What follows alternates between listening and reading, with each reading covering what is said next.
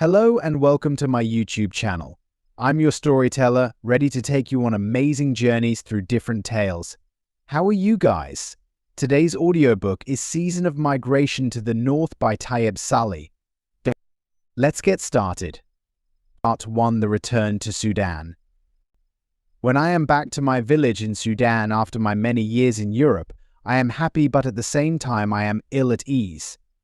The scene is still recognizable, but the elements have been altered, thus bringing idea and myself in relation to the changes I was going through while abroad. The arrival into my home is symbolized by the ubiquitous Nile and the acceptance of my people, but to me, I feel like a foreigner in my own country.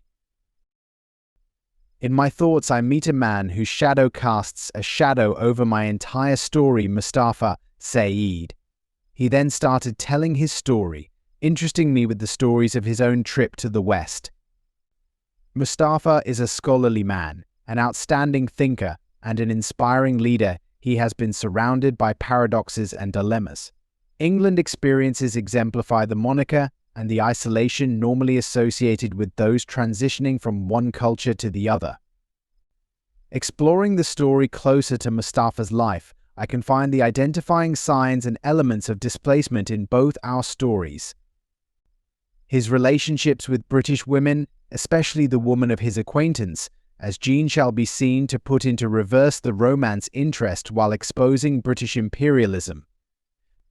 I know that our experiences are similar and our life's fates associated with each other, and that is how post-colonialism looks like. Part 2: The Dichotomy of Cultures. Experiences of Mustafa living in Europe help to reveal the differences between the East and West. Blonde is a symbol of option that straddles between Sudanese background and temptation of Western civilized life. I enter into the world that he brought to life, trenches of attraction and repulsion that he experiences. One can sense the charm of capturing the mere gaze of the West, but, at the same time, there is a feeling of belonging to a doomed civilization. Watching psychological effects of colonialism through Mustafa, I smolder. His friendships are full of conflict due to the portrayal of racial, sexual, and power struggles. This is true because issues to do with identity makes me consider those I have been exposed to and those which have impacted on me. The women he loves turn into referential and comparable objects of desire that echo pain of cultural entanglement that he and the women he loves experience. The slow oppressive weight of history is very heavy on me now. No matter what I do, I cannot escape it. The colonial history is still with us, on the way we conceive ourselves and on the way we relate to each other. Mustafa's story becomes the lesson of the movie, where the reader learns of the risks of the society's alienation in the foreign nation. Part 3: The Climax and Resolution. Thus, in the course of the narrative, I see the actual gradual deteriorating of Mustafa's life. His homecoming in Sudan is characterized by a lot of hopelessness as he feels the impacts of his events. The experiences he had in the West linger with him in some form as his conversion to an obsessive criminal leading to a brutal act, the reverberations of which are felt in the village. This is how our two entwining stories reach their climax in what seems most naturally. Through Mustafa's tragic insanity, lost existence must demonstrate the message that the Chicano existence is indeed a volatile one, since existence has destabilized identity.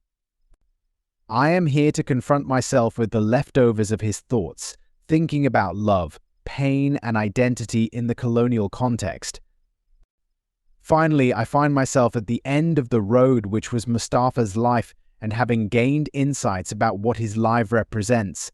Season of migration to the north and season of migration back home affect the understanding of the concept of identity and nationality most profoundly.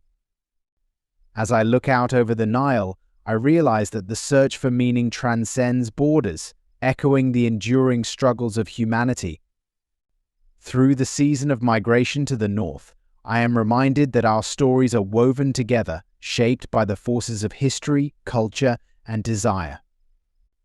The journey is one of self-discovery, reflecting the deepest yearnings of the human spirit as we navigate the intricate landscapes of love and belonging.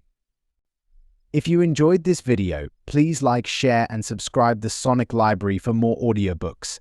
I hope this story left you with something to think about. Stay tuned for more new videos.